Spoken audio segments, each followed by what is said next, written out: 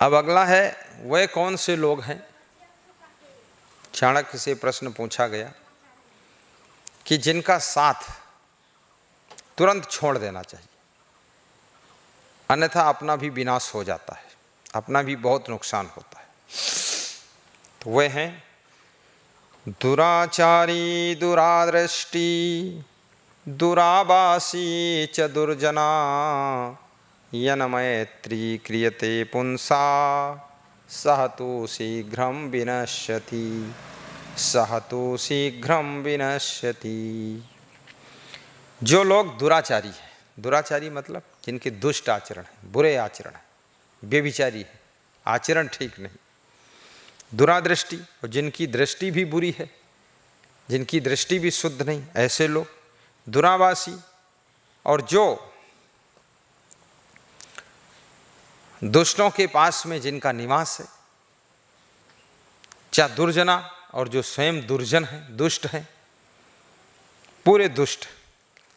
यन मैत्री क्रियते पुंसा, जो पुरुष ऐसे लोगों से मित्रता करता है, क्या होता है? सह तु शीघ्रं विनश्यति, उसका भी शीघ्र ही विनाश हो जाता है, पतन हो जाता है, बर्बाद हो जाता है।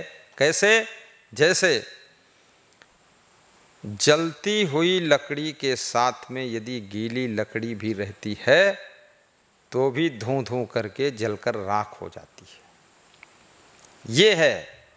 ऐसे ही दुराचारी, बुरे आचरण वाले के साथ, बुरी दृष्टि वाले के साथ, बुरे आदमी के साथ, और बुरे विचारों वालों के साथ, और बुरी जगह निवास करने वालों के साथ जो भी उनकी संगत करता है, उसका भी विनाश हो जाता है।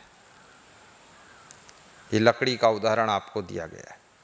जैसे डूबती हुई नाव पर जो बैठेगा वो भी डूब जाएगा। ये बड़ी विचारणीय बात है, इसलिए कृपया डूबती हुई नाव पर मत बैठिए, गलत आदमी की संगत मत कीजिए, और अपनी दृष्टि अच्छी रखिए, और जिनकी दृष्टि ठीक है उनकी संगत कीजिए, उनसे प्रेम कीजिए। गलत आदमी से प्रेम करोगे आप भी निपट जाओगे साथ में। जैसे सीता का हरण तो रावण ने किया था, लेकिन कुंभकर्ण ने रावण का साथ नहीं छोड़ा, उसका साथ दिया, तो रावण से पहले कुंभकर्ण की मृत्यु हुई। अक्षय कुमार, मेघनाद, ये सब ने साथ दिया, इनकी भी पहले ही मृत्यु हो गई। विभीषण ने साथ छोड़ दिया तो बच गया, बाद को भी मृत्यु उसकी, भगवान ने उसकी रक्षा किया, उसको मारा नहीं। तो गलत आदमी की संगत छोड़ना चाहिए। अगर ताश खेलने वालों के साथ आप बैठे खाली देख रहे हैं और पुलिस आती है, तो ताश खेलने वाले तो चौकन्ने हो तो भाग भी जाएंगे, और तुम सोचोगे मैं तो ताश खेल ही नहीं रहता, मैं क्यों भागूं? तो 4 डंडे तुम ही खाओगे और पकड़ के तुम ही जाओगे, थाने में बैठे रहोगे। और जुआ खेलने वालों के साथ आप बैठे हैं, जुआ नहीं खेल रहे हैं, खाली बैठे हैं, तमाशा देख रहे हैं, तो भी 2-4 डंडे पुलिस वाले तुम्हारे ही लगाएंगे, पीठ पर तुमको पकड़ के ले जाएंगे। इसलिए गलत लोगों से दूर रहिए, उनकी संगत मत कीजिए, उनसे दूर रहना सीखिए कृपया। दुराचारी, दुरादृष्टि, दुराभासी च दुर्जना, यन मैत्री क्रियते पुंसा सह तु शीघ्रं विनश्यति, यन मैत्री क्रियते पुंसा सह तु शीघ्रं विनश्यति। अगला प्रश्न चाणक्य से ये पूछा गया कि जो लोग सुंदर रूप भी मिला है, जवानी भी है, अच्छे कुल परिवार में जन्म भी हुआ है, बड़े परिवार में जन्म हुआ है कुल में, लेकिन फिर भी किसी सभा में जाते हैं, शोभा नहीं पाते हैं, सम्मान नहीं पाते हैं, और ऐसे साधारण बनकर बैठे रहते, उसका क्या कारण होता है? तो चाणक्य ने बहुत अच्छा बताया है। रूप यौवन संपन्ना विशाल कुल संभवा, विद्याहीना ना शोभन्ते निर्गंधायु किंसुकः। यानी सुंदर रूप है, युवा अवस्था से युक्त हैं, बड़े कुल में उत्पन्न हुए हैं, लेकिन विद्या रूपी ज्योति से रहित पुरुष ऐसे कैसे बिना सुगंध के फूलों के सरीखे शोभा नहीं पाता, सम्मान नहीं पाता है। इसलिए मनुष्य को विद्या भी प्राप्त करना चाहिए। आप बड़े कुल में बड़े परिवार में पैदा हुए हैं, उससे बड़प्पन नहीं आता है। आपको विद्या भी प्राप्त करना चाहिए, कला भी सीखना चाहिए, गुणवान बनना चाहिए। और आपका बहुत सुंदर रूप है, चेहरा सुंदर है, हाथ पांव सुंदर हैं, रंग भी गोरा है और जवानी भी अच्छी है, यौवन अवस्था है, लेकिन फिर भी आप शोभा नहीं प्राप्त करेंगे। कैसे? जैसे कालिदास को उनकी पत्नी विद्योत्मा ने छत पर से ढकेल दिया था। वो जवान भी थे और अच्छे कुल में पैदा भी हुए थे, लेकिन मूर्ख थे, उनके पास विद्या नहीं थी, ढकेल दिया। तो कहते हैं काली मंदिर पर आकर गिरे, जीभ कट गई, तब से उनकी बुद्धि खुल गई और उनको दिमाग प्राप्त हो गया और विद्या आ गई। तो ऐसे ही जो आदमी के पास विद्या नहीं, विद्या सीखो। विद्या का मतलब होता है भाषा भी सीखना चाहिए, लेकिन उसके साथ साथ में विद्या माने कला भी होता है। बहुत सी कलाएं सीखो, जैसे गाड़ी चलाने की कला है, ये भी एक विद्या ही है। भोजन बनाने की विद्या है, कैमरा चलाने की कला विद्या है, माइक चलाने की विद्या है, साफ सफाई सेटिंग करने की विद्या कला है, और किसी भी कार्य को मैनेजमेंट करने की विद्या। यानी अपनी कलाओं को विकसित करो, नई नई कलाएं सीखो और गुणवान भी बनो, अपने गुणों का सही प्रयोग करो, तो आपका शरीर सुंदर हो ना हो। जैसे अभी भारत देश के जो राष्ट्रपति हैं श्री रामनाथ कोविंद जी, शरीर से उतना सुंदर नहीं है, वे बहुत बदसूरत भी नहीं है, लेकिन जो बहुत सुंदर कहा जाए तो सुंदर भी नहीं, परंतु उनमें विद्या है, योग्यता है, विद्वता है, कलाएं हैं, गुण हैं, इसलिए पूरे भारत देश के सबसे बड़े सम्मानित प्रतिष्ठित पद पर सुशोभित हो रहे हैं। और आज उनका सबसे बड़ा आदर है। राष्ट्रपति कोई छोटा मोटा पद थोड़े है, बहुत बड़ी बात है, ये छोटी बात नहीं। लोग छोटा सा विधायक नहीं बन पाते, मंत्री नहीं बन पाते, और राष्ट्रपति बिना उसके हस्ताक्षर के राष्ट्र का कोई डिसीजन फाइनल हो ही नहीं सकता है। पूरा फुल पावर में राष्ट्रपति। अब शरीर सुंदर कम हो या ज़्यादा हो, लेकिन यदि आप में विद्या है, विद्वता है, शुद्धता है, गुणवत्ता है और अच्छे अच्छे गुण हैं, कलाएं हैं, तो आप सम्मान प्राप्त करोगे, आदर प्राप्त करोगे और उच्च पद पर प्रतिष्ठित होगे, आपकी शोभा बढ़ेगी। तो यहाँ पर चाणक्य ये समझाना चाहते हैं, रूप यौवन से संपन्न व्यक्ति हो और बड़े कुल में उसका जन्म भी हुआ हो, लेकिन यदि उसमें विद्या नहीं है, कला नहीं है, गुण नहीं है, तो वह व्यक्ति ऐसे शोभा नहीं पाता, ऐसे सम्मान नहीं पाता, जैसे सुगंध विहीन पुष्प आदर नहीं पाता है, ऐसे उसका भी आदर नहीं होता है। इसलिए हम विद्या को प्राप्त करें। अगला प्रश्न पूछा है कि कोयल की सुंदरता क्या है, स्त्री का सौंदर्य क्या है, साधु का सौंदर्य क्या है, तपस्वी का सौंदर्य क्या है, और जो मनुष्य कुरूप है, बदरूप है, उसकी सुंदरता क्या है, उसका सौंदर्य क्या है। बड़ा अच्छा प्रश्न है।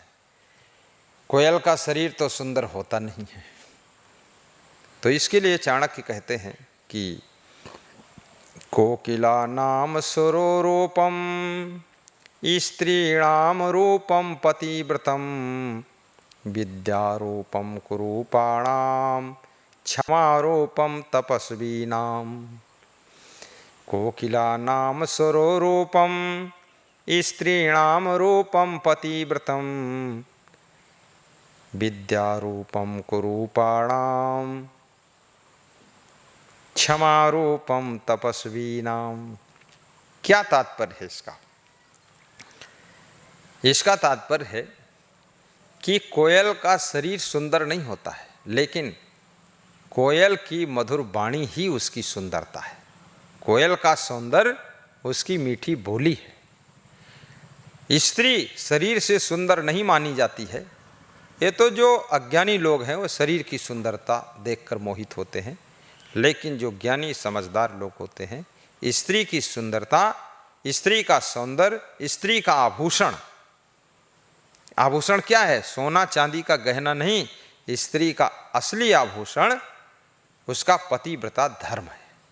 पतिव्रता धर्म, जो स्त्री पतिव्रता है, ये पतिव्रता होना यही उसका आभूषण है, यही सुंदरता है। और विद्यारूपम कुरूपाणाम, और जो लोग कुरूप हैं, कुरूप बदरूप, जिनका भोड़ा चेहरा है, विद्या ही उनका सौंदर्य है, विद्या ही उनका आभूषण है, और विद्या से ही उनका सम्मान होगा। चेहरे से नहीं, उनके चरित्र से सम्मान होगा। उनके काला चेहरा है कि गोरा चेहरा, इससे कुछ लेना देना नहीं। उनमें कलाएं हैं, विद्या है, यही उनकी शोभा है और यही उनका आभूषण है। और क्षमा रूपम तपस्वी नाम, कोई तपस्वी है, कोई साधु है, महात्मा है, क्षमा ही उसका आभूषण है, क्षमा ही उसकी शोभा है। क्षमा यानी सहनशीलता, दूसरों को क्षमा कर देता है और खुद के लिए क्षमा मांग भी लेता है। उसके पास ना अहंकार है तो क्षमा मांगने में उसको कोई बाधा ही नहीं, और क्रोध भी नहीं है, सहनशीलता है तो दूसरों को क्षमा करने में भी कोई रुकावट भी नहीं है। इसलिए वही साधु समाज में पूजा जाता है, वही साधु तपस्वी सम्मान आदर पाता है, उसी की सब सेवा करते हैं जिसमें बहुत सहनशीलता होती है, जो क्षमा करता है और क्षमा मांग लेता है, अपना सुधार करता है। और साधु की शोभा, साधु का सौंदर्य, साधु का आभूषण क्षमा गुण है। इसलिए साधु को बहुत सहनशील होना चाहिए। साधु यदि क्रोध करता है, गुस्सा करता है, या साधु बहुत क्रोधी हो जाता है, या साधु के अंदर बिल्कुल सहनशीलता नहीं है, तो उस साधु का सम्मान खत्म हो जाएगा। वह कहीं भक्तों में जाएंगे या संत समाज में जाएंगे, कहीं उनको बैठने का उनके मन अनुकूल स्थान नहीं मिला, या पूजा दक्षिणा कम मिल गई, उसी में रूस गए, रूठ गए, उठ गए, ऐंठ गए, भाग गए, तो वहाँ पर लोग उनसे सब असंतुष्ट हो जाते हैं और बाद को उनकी निंदा भी करते हैं और दोबारा बुलाते भी नहीं। आप अपनी योग्यताओं को बढ़ाइए, बिना कहे तुमको ऊंचा स्थान मिलेगा। आप योग्य तो बनिए। क्या कभी आपने विचार किया है? पत्थर वही है, लेकिन जब भगवान की मूर्ति के रूप में ढल जाता है, पत्थर थोड़े कहता है कि हमको मंदिर में बिठाओ। लोग उसको मंदिर में स्थापित करते हैं और उस पत्थर को भगवान मानते हैं, लेकिन वो पत्थर बहुत छेनी हथौड़ी खा चुका है और मूर्ति के रूप में ढला है, और इसलिए उसको मंदिर में बिठाया गया। बाकी कुछ पत्थर ऐसा है जिसमें वो योग्यता ही नहीं थी, तो उसको तोड़ करके तराश करके फारसी में लगाया गया है। कुछ पत्थर ऐसा है जिसमें हल्दी मिर्चा बांटने के लिए उसको सिलवट लोढ़वा बनाया गया है। कुछ पत्थर ऐसा है जो चौखट में लगाया जाता है। कुछ पत्थर ऐसा है जो गाड़ी के पीछे टायर में ओट लगा दिया जाता है। कुछ पत्थर ऐसा है जो नल पर चबूतरी बनाई जाती है, उस पर लोग बर्तन रगड़ते रहते, मांजते रहते हैं। तो आप ऐसी क्वालिटी के पत्थर बनो कि आप मूर्ति के रूप में प्रकट हो सको और तुम्हारी स्थापना मंदिर में होगी, पूजा होगी। इसी ग्रेड के आप आदमी बनो, महान बनो, गुणवान बनो, तो आपकी पूजा होगी, आपका सम्मान होगा। और फालतू जबरदस्ती चाहोगे, जैसे सिलवट लोढ़वा जाकर मंदिर में बैठ जाए तो उसको पुजारी उठाकर बाहर फेंक देगा। वो कहेगा ये कहाँ से आ गया यार, इसको कौन रखा है यार। तो उस योग्य बनना पड़ता है, तभी आपका स्थान वहां रहेगा। ऐसे थोड़े कोई स्थान दे सकता है। आपको गाड़ी चलाना नहीं आता है, कला नहीं है, आप में गाड़ी चलाने की विद्या नहीं है, तो आपको ड्राइवर की सीट पर कौन बैठने देगा? आपको उतार कर लोग पीछे बिठाएंगे कि आप वहाँ बैठोगे तो गाड़ी कैसे चलेगी। तो इसलिए योग्य बनो तो आपका सब जगह सम्मान होगा। वही बात यहाँ बताई गई है। कोकिला नाम स्वरूपम स्त्रीणाम रूपम पतिव्रतम विद्यारूपम कुरूपाणाम क्षमारूपम तपस्वीनाम। वो कौन सी परिस्थिति है जिसमें अपने कुल का त्याग करना चाहिए और गांव का त्याग करना चाहिए, जनपद का त्याग करना चाहिए और पूरी पृथ्वी का त्याग करना चाहिए। किस कंडीशन में अपने कुल परिवार के हित का त्याग करिए, किस कंडीशन में एक व्यक्ति के हित का त्याग कर दीजिए, किस कंडीशन में आप अपने गांव के हित का त्याग कर दीजिए और किस कंडीशन में आप अपने जिले के हित का त्याग कर दीजिए और किस कंडीशन में पूरी पृथ्वी का त्याग कर दीजिए। कंडीशनल क्वेश्चन आंसर क्या है? त्यजेदेकं कुलं स्यार्थे ग्रामं स्यार्थे कुलं त्यजेत ग्रामं जनपद स्यार्थे आत्मार्थे पृथ्वीं त्यजेत। बहुत अच्छा बताया। यदि पूरे कुल कुटुंब का कल्याण हो रहा है, हित हो रहा, फायदा हो रहा, तो एक व्यक्ति का हित त्याग कर देना चाहिए। क्योंकि एक व्यक्ति का हित करने से अगर पूरे कुल कुटुंब परिवार का नुकसान हो रहा है, अकल्याण हो रहा है, तो ये गलत डिसीजन है। अगर एक व्यक्ति के हित को छोड़ने से पूरे परिवार का हित हो रहा है तो उस एक व्यक्ति का हित छोड़ दीजिए आप और पूरे परिवार का हित करिए। यदि पूरे ग्राम स्यार्थे कुलम त्यजेत, यदि पूरे गांव का हित हो रहा है, 4-6 हजार की बस्ती का गांव है और आपका कुल परिवार बस 50 लोगों का है, तो उस 50 लोगों का हित, अपने कुल कुटुंब का हित त्याग कर दीजिए और पूरे गांव का हित कीजिए। लेकिन यदि पूरे ग्रामम जनपद स्यार्थे, यदि पूरे जिले का कल्याण हो रहा है तो गांव का हित छोड़ दीजिए। गांव का हित त्याग करने से अगर पूरे जिले का कल्याण हो रहा है, लाखों लोगों का, तो छोटे से गांव के स्वार्थ को छोड़िए और उस हित को त्याग करिए, पूरे जिले का हित कर दीजिए और जिले में आपका गांव भी आ जाएगा और गांव का हित होगा तो आपके कुल कुटुंब का भी हित हो जाएगा और कुल कुटुंब का हित होगा तो एक आदमी जो बचा है उसका भी हित हो जाएगा। लेकिन बताया गया आत्मार्थे पृथ्वीम त्यजेत, परंतु आत्मा का यदि कल्याण हो रहा है तो इसके लिए पूरी पृथ्वी को त्याग कर देना चाहिए।